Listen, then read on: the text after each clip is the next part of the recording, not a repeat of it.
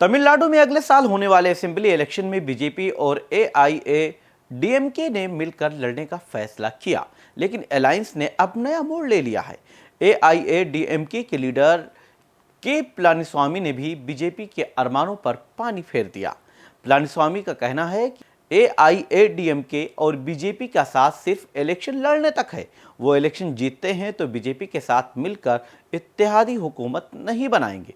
ऐसे में बीजेपी एआईएडीएमके के इत्तेहाद पर चल क्या रहा है और इसके पीछे की क्या सियासत है, ऐसी बातों से तो ऐसा लगता है कि दोनों की दोस्ती में फिर दरारें आ गई हैं। आपको बता दें कि होम मिनिस्टर अमित शाह की मौजूदगी में 12 अप्रैल को बीजेपी और एआईएडीएमके के अलायंस पर मुहर लगी थी।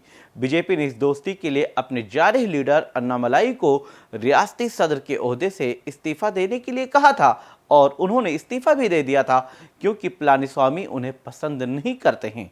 इसके बाद होम मिनिस्टर ने ऐलान किया था कि रियासत में 2026 का असेंबली इलेक्शन हम मिलकर लड़ेंगे।